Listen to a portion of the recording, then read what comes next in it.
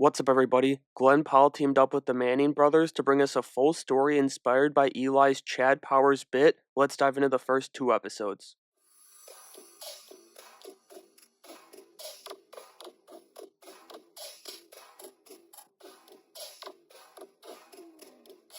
The show actually starts out pretty good when we're watching the final days of Russ Holliday's career at Oregon. Then boom, that's over, and he's out partying one night. When we get the jump scare of the year, they got the Hawk Tour girl in the show. Don't ask me why. I couldn't tell you, but boy, do I hope this is the worst they have to offer for the season. Heads need to roll for decisions like this, like having her on the show. In fact, that might be the most fireable offense. Then 15 minutes into the episode, and here comes the great Steve Zahn, one of the funniest motherfuckers out there, Mr. Heffley himself. And oh my god, if you haven't seen the show, the Apple TV Plus show Silo, he's so good in that show with Rebecca Ferguson. But here, he gives this show some more life with his natural comedic presence. Outside of him, there's been nothing to this point. I'm rather disappointed in the Glen Powell Michael Waldron team up so far. However, this Euphoria bit was kind of hilarious because of course Glen Powell had to mention Sydney Sweeney's show in his own show that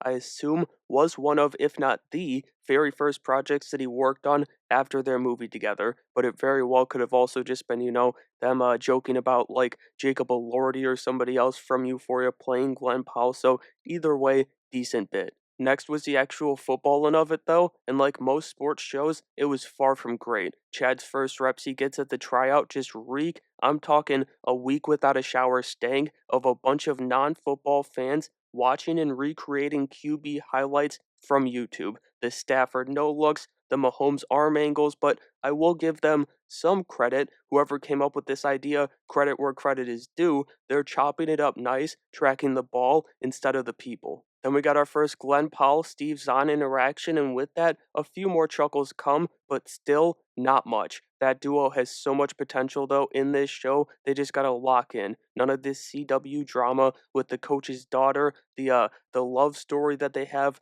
going on with Chad that's going to happen, or the hidden daughter element with Coach. I couldn't care less about either, and even some of the scenes with Glenn and Steve Zahn, the coach and the QB, that felt like I was watching the CW too. They gotta fix something. I truly don't think that could have been a more disappointing start. I didn't think this was going to be the best show on TV or anything, and I didn't expect it to be, even on the same level that Blue Mountain State was. I don't even think that's a fair comparison. But I, at the very least, expected it to be, decent, and it's not looking great even for that. It's tough having minimal comedy in your comedy series. Unfortunately, the struggles continued into the second episode, 10 minutes into this one, and still no genuine laughs. What I mean by that is like no laughs that could even compare to the weakest of laughs that the Naked Gun movie gave me just a couple months ago. It's just one terrible bit after another with a decent one every now and then, but decent is being generous. It's already repetitive too.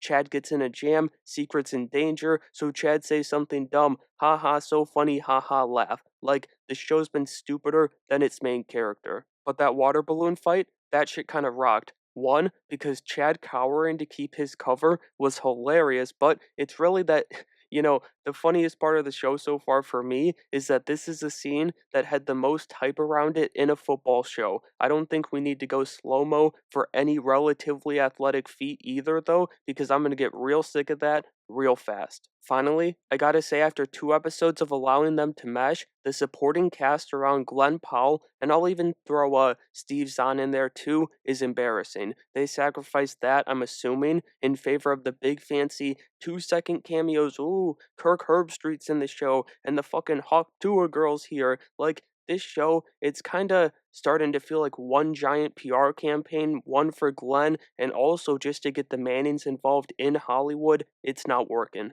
These two episodes were an abysmal start to a show that I didn't have high expectations for, so it's very hard to be disappointed. But I guess I kind of expected it to be dumb fun with nonstop laughter, so I was just so disappointed. I don't know what else to say about it. I'm not sure how they're going to get this train back on the tracks. That was terrible. And so that's going to do it for my review of the Chad Powers premiere. I want to know what you guys thought of the first two episodes, though, so let me know down in the comments below and make sure you have a great day.